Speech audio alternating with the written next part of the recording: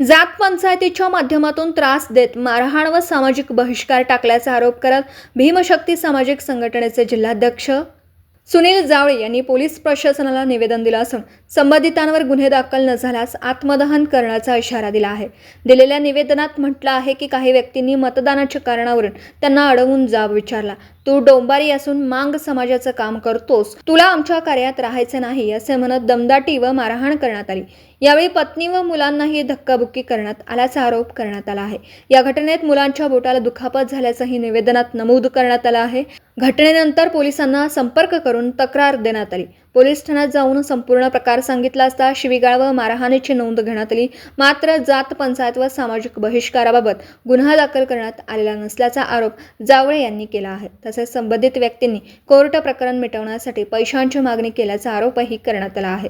काही जण गुंड प्रवृत्तीचे असून प्रशासनावर दबाव टाकत असल्याचं निवेदनात म्हटलं आहे। दरम्यान पुढील 15 दिवसात जात पंचायत व बहिष्कार प्रकरणी गुन्हा दाखल न झाल्यास जिल्हाधिकारी कार्यालयासमोर आत्मदहन करण्याचा इशारा सुनील जावळे यांनी दिला आहे।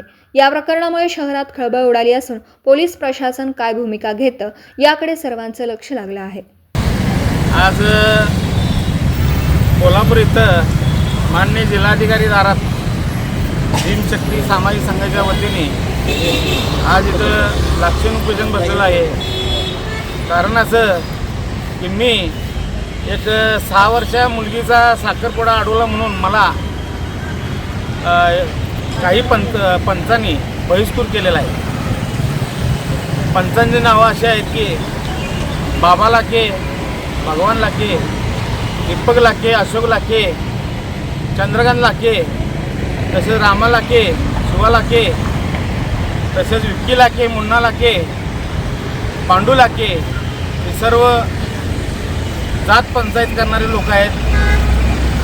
आमच्यासारख्या सामाजिक कार्यकर्त्याला अडवण्याचं काम आणि खोटे नाट्य गुन्हा दाखल करायचा प्रयत्न चाललेला आहे। या माध्यमातून आज आम्ही माननीय जिल्हाधिकारी दारात यासाठी बसलेलो आहे की आम्ही जो जात पंचायतीचा गुन्हा जो दाखल करण्यासाठी आम्ही जो वेळोवेळी प्रयत्न करत आहे आणि आज पण करत आहे, येत्याला 15 दिवसात जर गुन्हा दाखल नाही झालाच तर मी माननीय जिल्हाधिकारी यांच्या दारात आत्मदहन करणार आहे। भीमशक्ती समाजाची एवढीच मागणी आहे, लवकरात लवकर करावं एवढीच आमची जिल्हाधिकाऱ्यांनी विनंती आहे।